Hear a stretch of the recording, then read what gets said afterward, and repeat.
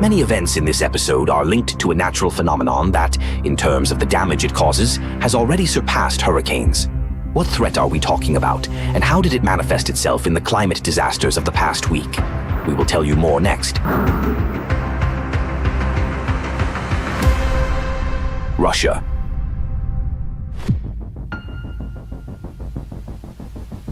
On the night of May 14th, an earthquake with a magnitude of 4.2 was recorded in Iskitimsky district, Novosibirsk region.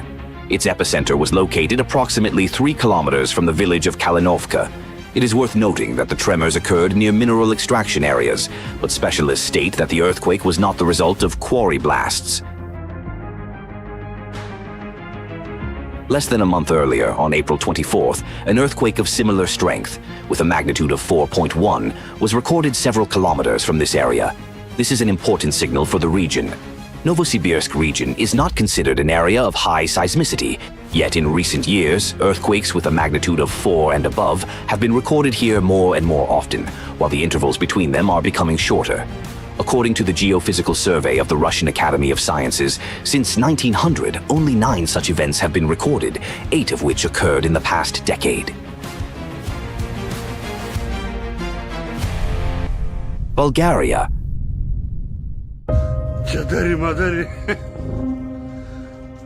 Powerful hailstorms on May 12th affected several regions of Bulgaria at once, with the most serious damage inflicted on Gabrovo province. Egg-sized hail damaged cars, windows, roofs, and building facades within minutes. At one school in the municipality of Tryavna, blocks of ice broke through the roof, causing rainwater to flood the upper floors.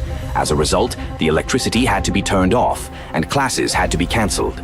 According to local residents, such hail had not been seen here for almost 60 years. Agriculture suffered particularly serious damage. Crops, orchards, and vineyards were destroyed. Another serious threat caused by the downpours was the activation of landslides.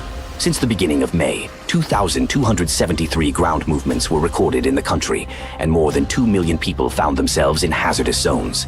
The landslides affected the municipalities of Varna, Pleven, and Pernik the most, where nearly 40% of the territory was engulfed by dangerous activity threatening the population and infrastructure. Republic of South Africa. 6 provinces of the country were affected by extreme downpours, squall winds, snowfall, and devastating floods.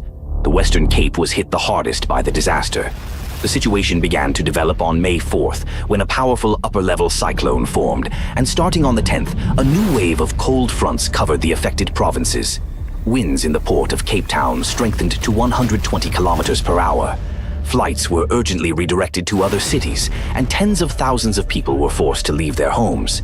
The Newlands Cricket Stadium, located at one of the oldest sports complexes in South Africa, was submerged, while mountain passes and the Huguenot Tunnel had to be closed because of landslides.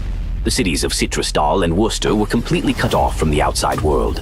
Only after the water began to recede did the scale of the tragedy become clear. After the storm, in the city of Grabau, known as the apple capital of the region, orchards were covered with fallen fruit.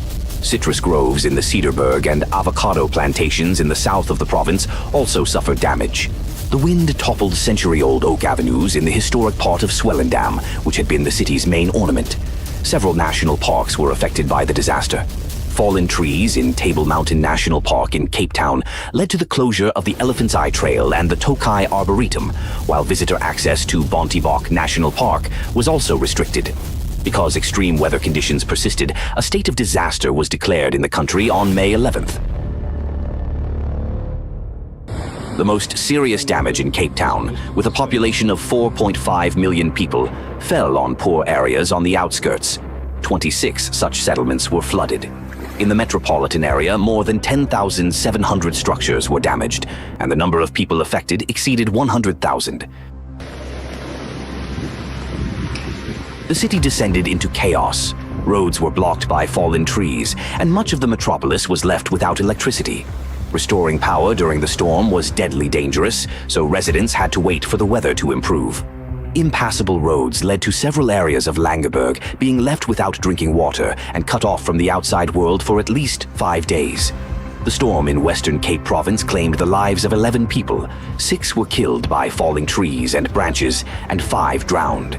The disaster also affected Northern Cape Province. As one meteorologist noted, the region experienced its wettest period in the past 70 years.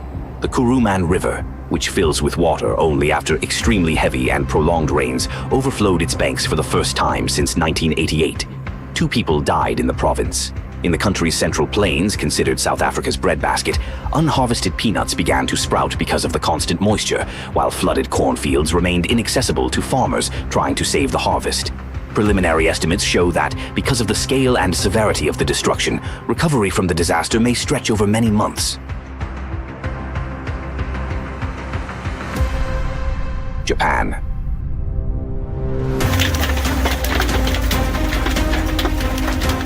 On May 13th, almost summer-like heat set in across several prefectures of Japan, with more than 400 weather stations recording temperatures above 25 degrees Celsius. But in the second half of the day, the weather sharply deteriorated because of an inflow of cold air into the upper layers of the atmosphere. Sudden thunderstorms with downpours and hail began. After the rain in the city of Ashia, Hyogo Prefecture, streets were flooded with muddy streams of water, while the storm drainage system could no longer cope with the load in some places. In Nagano Prefecture, in the city of Suwa, the disaster damaged lettuce just before the harvest. Fukushima Prefecture was hit the hardest, with agriculture suffering serious damage. In the town of Inawashiro, hail fell for about 10 minutes, and the hailstones gradually increased in size. Roads were quickly covered with a white layer of ice. According to a local resident, he was surprised by this phenomenon, since hail usually does not fall in Inawashiro. In the town of Kunimi, cherries were damaged by hail, while apples, persimmons, and other crops were affected in the northern part of the prefecture. According to expert estimates, more than 140 hectares of farmland were damaged. The disaster hit peach orchards the hardest, one of Fukushima's main agricultural symbols. A farmer who has worked the land for more than 50 years said that the hail lasted for about 20 minutes, and almost all the fruit in his orchard was damaged. According to him, in all his years of work, this was the first time he had seen damage on such a scale. The farmer fears that the consequences will affect not only the current season, but also the next one, since the disaster damaged not only the fruit, but also the leaves and branches of the trees. On May 14th, Kanagawa Prefecture was also struck by a powerful thunderstorm cell. In the city of Yokohama and the surrounding area, heavy downpours with hail occurred, with 74 millimeters of precipitation falling there in just 1 hour. The city's drainage system could not cope with such a load. Roads were flooded in some places, and more than 10,400 homes were left without power. India.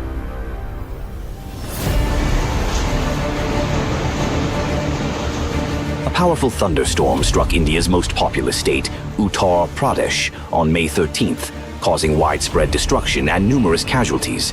In some areas, winds accelerated to 130 kilometers per hour, one of the highest figures ever recorded in the state. Residents of Prayagraj district said the storm began unexpectedly, and within just a few minutes the sky became completely dark. Powerful winds tore off roofs, debris flew through the air, and people hurried to find shelter. Trees, uprooted in a matter of seconds, fell onto houses and cars. People trying to hide from the disaster were caught under collapsing building walls. In total, 330 houses were damaged or completely destroyed. A strong dust storm sharply reduced visibility on roads, causing traffic to come to a halt. The storm disrupted the operation of 3 railway lines. Because of trees that had fallen onto the tracks, train traffic was stopped for several hours. The destruction of a pontoon bridge in Bhadohi district caused several people to fall into the Ganges River. In Mirzapur district, damage to a bridge left 20 villages cut off from the outside world. The disaster caused serious damage to agriculture. Crops, as well as mango and lychee orchards, were hit the hardest. In Kaushambi, a fire broke out after a spark was carried by the wind, destroying several houses and killing livestock. A dangerous incident occurred on the grounds of a wedding complex in Bareilly district. Strong winds began tearing away the tin structure of a canopy, and a man, after tying a rope to it, tried to hold it down. However, a powerful squall lifted him together with the metal sheet to a height of about 15 meters. For several seconds, the man remained in the air before falling into a nearby cornfield. He briefly lost consciousness, but later was able to say that the crops softened the impact and may have saved his life. The injured man was hospitalized with multiple fractures of his arms and legs. As a result of the disaster, 117 people died across the state, and 72 people were injured. The greatest number of deaths was caused by collapsing building walls, falling trees, and lightning strikes. Sharp changes in the weather also affected the country's capital, Delhi, and the National Capital Region. Strong winds with gusts of up to 100 kilometers per hour were accompanied by torrential rain and hail. As a result, operations at Indira Gandhi International Airport were disrupted. More than 500 flights were delayed, 15 were diverted, and 6 aircraft were forced to go around, causing concern among passengers. In northern India, storms are considered relatively common during the hot pre-monsoon period from March to June, but the strength of this event caused serious concern among specialists and authorities. According to meteorologists, the deadly storm in Uttar Pradesh formed because of a rare combination of atmospheric conditions, thanks to which the thunderstorm did not weaken during the day, but intensified as it moved across the state. Because of cold air flows ahead of the storm, new thunderstorm cells kept forming continuously, so it did not break apart for a long time. In addition, stronger winds with height were observed, which contributed to the thunderstorm's faster movement and helped it maintain its power. Months ahead of the monsoon rains, with lightning.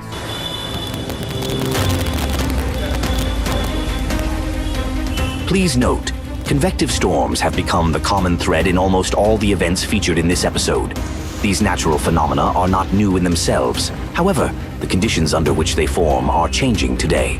The rise in global temperature and atmospheric moisture content, the presence of nanoplastics in the atmosphere acting as condensation nuclei and contributing to the formation of more extreme downpours and larger hail, as well as increasing the amount of electrical energy in the atmosphere through the electret effect. All of this raises the intensity, suddenness, and destructiveness of convective storms. According to Aon, one of the world's leading companies in insurance and risk assessment, severe convective storms have surpassed tropical cyclones and become the most expensive insured natural peril of the 21st century. By the end of 2025, insured losses from them reached $61 billion, almost half of all insured losses worldwide. This is not only about official statistics. The words of eyewitnesses are no less revealing. People who have lived in the same places for many years and are watching thunderstorms familiar to their regions turn into sudden and destructive events. More and more often, they say things like, "Nothing like this has happened before. We have never seen hail of this size. The day was clear, and then suddenly the sky turned black within minutes." And this, perhaps, is the main warning sign. The danger today is linked not only to the strength of such events, but also to their suddenness. In the past, a thunderstorm could be noticed in advance, and people could prepare. Now, a storm can arise almost instantly in the middle of a clear day. People are caught off guard, outdoors, on the road, in a field, or near water, where there is often nowhere to take shelter. It is important not only to know how to act correctly in the face of such a threat, but also to warn those around you. The more people understand how rapidly and dangerously familiar storms can develop today, the greater the chance that, in a critical situation, they will be able to make simple but life-saving decisions in time. Take care of yourself and your loved ones.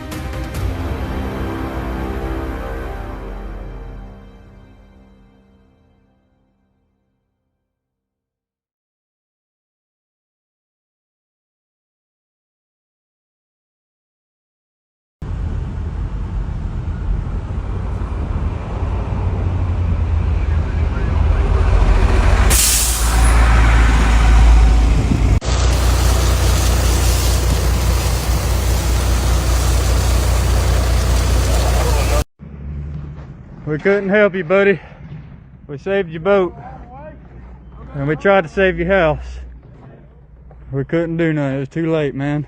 In recent years, wildfire activity in the United States has remained high. According to the National Interagency Fire Center, by May 23rd, nearly 2.35 million acres had already burned across the country. For comparison, over the entire year of 2025, slightly more than 5.13 million acres burned.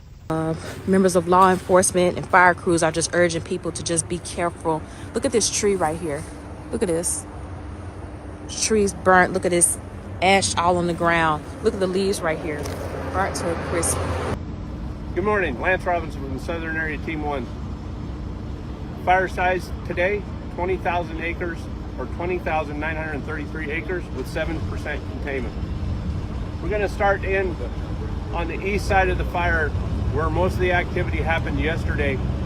The fire grew multiple heads, extreme fire behavior. But in 2026, the unusual geography of this activity has become especially noticeable. One revealing example is southern Georgia, which by April was experiencing exceptional and extreme drought conditions. This contributed to the rapid spread of two major wildfires, the Pineland Road Fire and the Highway 82 fire. Although Georgia is not usually perceived as a wildfire-prone state on the level of California or Oregon, these two fires together burned more than 54,000 acres and became one of the most severe wildfire disasters in the state's modern history. Right at the sawmill on 110. Coming up. Oh, it's gone. Any cats around here? It's gone.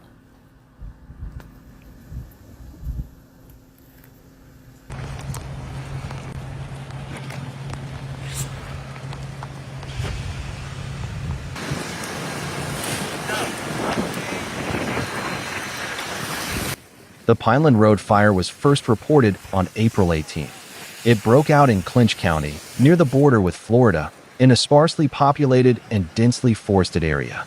After Hurricane Helene passed through the region in September 2024, fallen trees and dead vegetation remained there, creating additional fuel that can ignite very quickly under strong winds and drought conditions.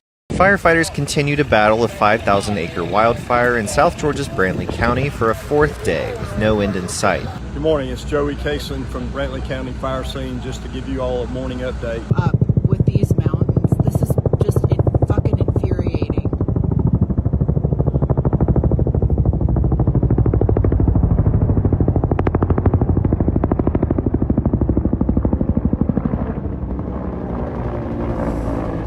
By mid-May, this fire had burned more than 32,500 acres. The cost of fighting it was estimated at nearly $12.8 million.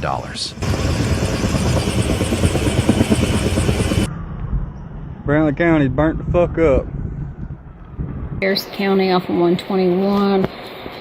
Big fire in Clinch County, Georgia. The second major blaze, the Highway 82 fire, was detected on April 20th in Brantley County. At first, it appeared relatively controlled. On the morning of April 21st, the fire covered several hundred acres and was 75% contained. But within just a few hours, the situation changed dramatically. In only half a day, the burned area increased by roughly 6 times.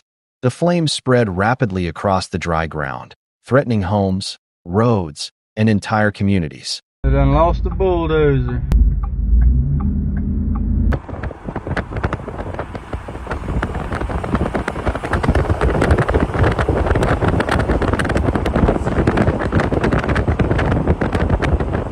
At least 800 people were evacuated in the county. 5 shelters were opened, and hundreds more homes were placed at risk.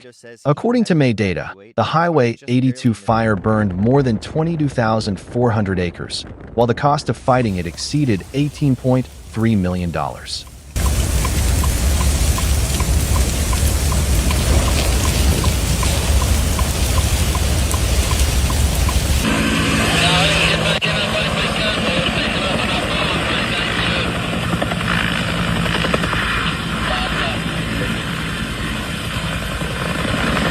Heavy rains in late April gave firefighters a break.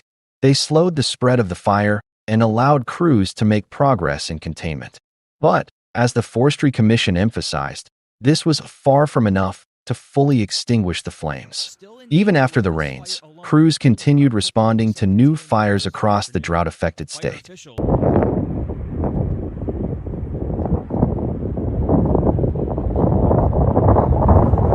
About 30 minutes about Blair County, we're going to be coming through 1018. By May 12th, both major fires, Pineland Road and Highway 82, were about 90% contained.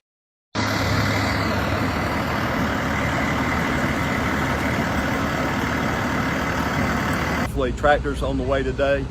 This is still a dynamic fire event, and as you've heard me say throughout this event, wind will determine what happens today. We do anticipate that this wind could shift and it could move the fire in a different direction than it went late yesterday afternoon. The governor of Georgia declared a state of emergency in 91 counties. As much as a mile away. Some of the worst devastation in Brantley County. Yeah, all their stuff's gone. Apocalyptic scenes as the fire here has... The fires destroyed more than 120 homes and forced hundreds of people to leave their communities. You can see the fire above the trees on the next road. In terms of the number of homes burned, this wildfire episode became one of the most destructive in the state's history. Miraculously, there were no fatalities.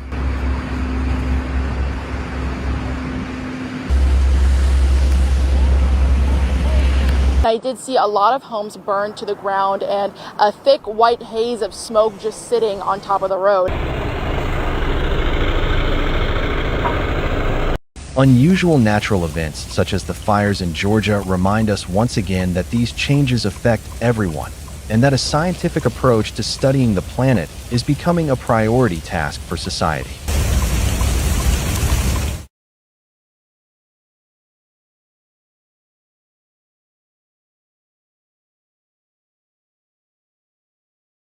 Mr. Notek, as a MEP and a rapporteur on climate, what led you to bring the topic of nanoplastics to the floor of the European Parliament? It was mainly the current situation in the European Union, where everyone is focused on the idea that the only reasonable climate measure, according to the majority in Brussels, is to reduce emissions in Europe at all costs and as quickly as possible. Yet today, we already know from studies, and today's conference is proof of that, for which I am glad, that there are simply more elements affecting climate stability and contributing to climate change. One of them, for instance, is nanoplastics in the environment. Moreover, it links to the topic of health. So, precisely at the moment when I realized that a large part of the European Parliament refuses to admit that there could be other factors, other elements causing climate change, I told myself, yes, this is the right moment. Let's organize a series of conferences. We started with today's, and I am glad it was a success. Did you enjoy the conference? Is there a specific moment that stood out to you or caught your interest the most? One always tries, besides the strictly technical details. I am a chemical engineer by training, so I am somewhat professionally inclined in that I enjoyed even the relatively technical side. The level of the scientists was truly high. But one always tries to gain some takeaways, those small details. And what absolutely stunned me the most today is that for an adult, or a middle-aged person like myself, it is possible to have a volume of plastic in your brain equivalent to a plastic teaspoon. Of course, it is distributed via nanoplastics throughout various parts. So it is possible that today, almost every 35 or 40-year-old citizen in the world carries microplastics in their head equal to the size of a teaspoon, which obviously forces one to think about it. The second thing that really resonated with me is that nanoplastics already affect the course of pregnancy. A human being is affected by nanoplastics even before they are born, because they enter the placenta and reach developing life. Naturally, this is a new phenomenon that humanity hasn't fully familiarized itself with yet. And likely, in the future, understanding it, researching it, and implementing measures to help reduce this will play a significant role. What do you think about the link between nanoplastics and the climate, potentially even climate change? It is a complex issue. And that is exactly what politicians, especially in Brussels, sometimes lack. Today they deal with health. Tomorrow they deal with climate. Yet we have these cross-cutting issues, and the topic of micro and nanoplastics falls exactly into this category. Today's conference brought many interesting insights into how nanoplastics in the environment don't just enter animals and humans and potentially affect their immunity against, for example, bacterial diseases and so on, but also how they can act in the sea, how they can affect the absorption of greenhouse gases. When you connect all of this, you have a complex problem. For me, this wasn't entirely news. It was one of the reasons why we organized this conference. But I am really glad we were able to connect nanoplastics across health and climate, as not everyone is able to think about it in this way. The conference was indeed packed with information. As a politician, what do you see as the next step? Clearly, the topic needs to be kept on the table. There are many topics out there. Many politicians also don't like to change the subject. Meaning, those who have been telling you for 10 or more years that we must close all power plants and factories as quickly as possible to save the planet will suddenly be reluctant to hear that there are other factors in the climate. So, just fighting for a place at the table is a challenge. There are truly many topics, even in the field of health itself. Most areas focus on cancer or cardiovascular diseases. I remember, not to deviate too much, but in the last term, we managed to bring up the topic of chronic kidney disease, and it was a huge success that people suddenly started talking about it. There is simply limited space for attention, and there are many seekers of that attention, and consequently, of funding. So definitely to maintain the momentum of this topic. The European Union, to stay in Brussels, recently prepared legislation to limit plastic pellets and their handling. It is, let's say, a step in the right direction. But in the context of the information we learned today, it is insufficient. This means gaining support in all directions, at the level of politicians, MEPs, ministers, but also the professional public. I want to thank everyone who managed to come from all across Europe to today's conference.